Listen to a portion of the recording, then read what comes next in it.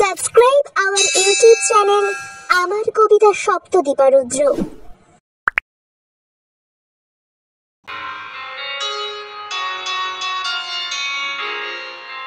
যেই বড়দিন পার হয়ে যায়, বছর শেষের ডাক, সব পুরাতন ক্লেদ কালিমা অতীত হয়ে যাক। ভাবছি বসে, পুরানো দিন আসবে ফিরে আর?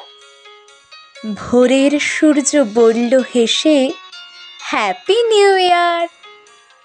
নিউ ইয়ারের লেখা চিঠি হলুদ পাতার খামে হিমেল বাতাস ছড়িয়ে দিল শহর এবং গ্রামে।